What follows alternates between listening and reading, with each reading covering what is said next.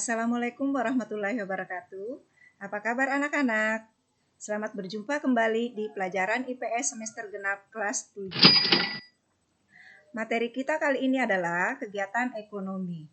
Sebelum kita membahas materi, kita harus tahu dulu apa tujuan pembelajaran kita. Setelah mempelajari materi ini, anak-anak diharapkan dapat 1. Menjelaskan kegiatan produksi. 2. Menjelaskan kegiatan distribusi. Yang ketiga, menjelaskan kegiatan konsumsi. Kegiatan ekonomi itu terdiri dari 3, yaitu kegiatan produksi, kegiatan distribusi, dan kegiatan konsumsi. Apa itu kegiatan produksi? Kegiatan menghasilkan barang atau jasa, atau kegiatan menambah nilai guna barang atau jasa. Kemudian yang kedua, kegiatan distribusi adalah kegiatan untuk menyalurkan barang atau jasa dari produsen kepada konsumen. Kemudian yang ketiga, kegiatan konsumsi adalah kegiatan memakai, menggunakan, atau menghabiskan kegunaan setiap barang, baik secara langsung maupun beransur-ansur atau sekaligus habis.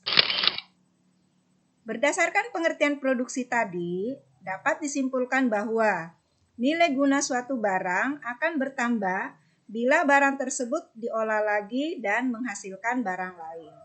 Setiap barang memiliki nilai guna, yaitu 1. Nilai guna bentuk. Yang kedua, nilai guna tempat. Kemudian yang ketiga, nilai guna waktu. Keempat, nilai guna kepemilikan. Apa itu nilai guna bentuk?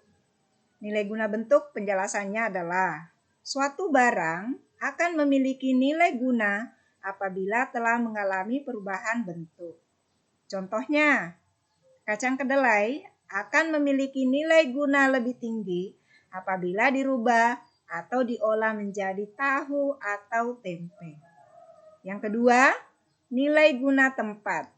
Nilai guna suatu barang akan lebih tinggi karena perbedaan tempat. Misalnya, pasir akan bertambah nilai gunanya kalau dibawa ke toko bangunan. Apalagi kalau sudah digunakan membangun rumah misalnya.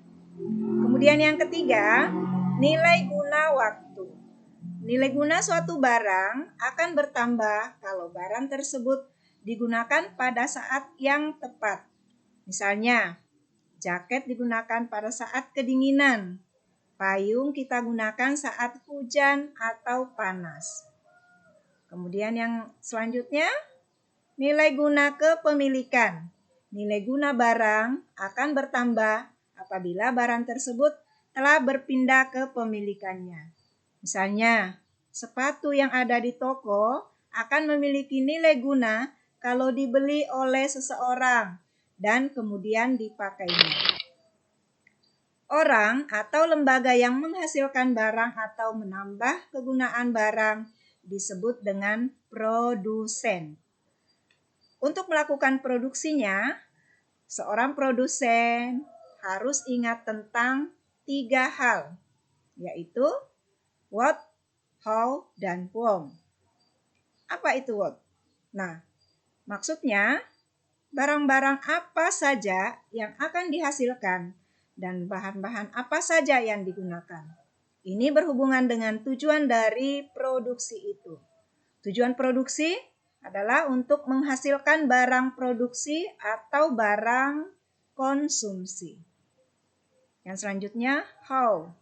Bagaimana memilih faktor-faktor produksi untuk memproduksi barang harus dipikirkan oleh seorang produsen. Karena ini menyangkut tenaga kerja, modal, dan bahan baku dengan tujuan memproduksi barang atau jasa yang berkualitas dan harga jual murah. Kemudian yang selanjutnya, whom. Kepada siapa barang produksi tersebut didistribusikan? Permasalahan yang ditimbulkan bukan sekedar bisa menghasilkan barang, akan tetapi barang dihasilkan harus diterima oleh masyarakat. Produksi yang dilakukan itu memerlukan faktor-faktor produksi atau sumber daya ekonomi. Faktor produksi dapat dibedakan menjadi 4 faktor produksi, yaitu 1. Faktor produksi alam, yang kedua faktor produksi tenaga kerja, yang ketiga faktor produksi modal, dan yang keempat faktor produksi kewirausahaan. Siapa yang melakukan kegiatan distribusi? Kegiatan distribusi bisa dilakukan oleh perorangan atau lembaga distribusi atau perantara. Lembaga atau perorangan yang melakukan distribusi disebut distributor. Tujuan distribusi antara lain sebagai berikut. 1. Menyalurkan barang dari produsen kepada konsumen. 2. Agar hasil produksi lebih berguna bagi masyarakat. Yang ketiga, kebutuhan masyarakat akan barang atau jasa terpenuhi. Yang keempat, agar kontinuitas produksi terjamin. Nah, untuk mencapai tujuan distribusi, ada beberapa cara yang dilakukan agar barang sampai kepada konsumen. Cara tersebut antara lain sebagai berikut. A. Distribusi langsung. B. Distribusi semi langsung. C. Distribusi tidak langsung. Kita akan bahas satu persatu ya. Distribusi langsung adalah distribusi barang atau jasa tanpa melalui perantara, sehingga penyaluran langsung dari produsen kepada konsumen. Contoh, pedagang sate langsung menjual satenya kepada konsumen. Kemudian yang kedua, distribusi semi langsung adalah sistem distribusi dari produsen kepada konsumen melalui pedagang perantara yang merupakan bagian dari produsen. Contohnya, pabrik tekstil menyalurkan kainnya melalui penyalur khusus. Yang ketiga, distribusi tidak langsung adalah sistem distribusi dari produsen kepada konsumen melalui agen, grosir, pedagang kecil yang bertindak sebagai pedagang perantara. Kegiatan konsumsi yang dilakukan oleh setiap rumah tangga berbeda-beda, baik dilihat dari jumlah maupun ragamnya. Kita akan bahas satu persatu. Yang pertama, kegiatan ekonomi rumah tangga. Rumah tangga keluarga biasanya terdiri dari ayah, ibu, dan anak-anaknya. Keluarga adalah sekelompok orang yang dipersatukan oleh pertalian darah. Keluarga ini merupakan sekumpulan orang yang tinggal dalam satu rumah sebagai unit terkecil dalam suatu masyarakat. Yang kedua, kegiatan ekonomi rumah tangga perusahaan. Perusahaan merupakan tempat berlangsungnya proses produksi. Pada saat memproduksi barang, perusahaan ini memerlukan bahan baku, tenaga kerja, dan modal. Pada saat perusahaan ingin menghasilkan barang atau jasa, maka perusahaan menentukan bahan baku, mesin, dan jasa tenaga kerja. Yang ketiga, kegiatan ekonomi negara. Pada dasarnya, sama dengan perusahaan. Negara bertindak sebagai produsen sekaligus sebagai konsumen.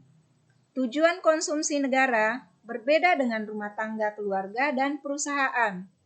Konsumsi negara bertujuan untuk memenuhi atau melayani kebutuhan masyarakat.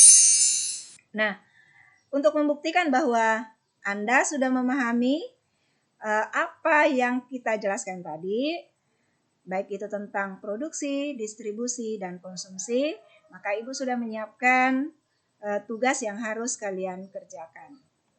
Silahkan dikerjakan ya. Nah, anak-anak, demikianlah penjelasan tentang kegiatan ekonomi yang terdiri dari produksi, distribusi, dan konsumsi. Semoga bermanfaat dan dapat memudahkan kalian untuk memahaminya. Terima kasih karena sudah menyimak. Assalamualaikum warahmatullahi wabarakatuh.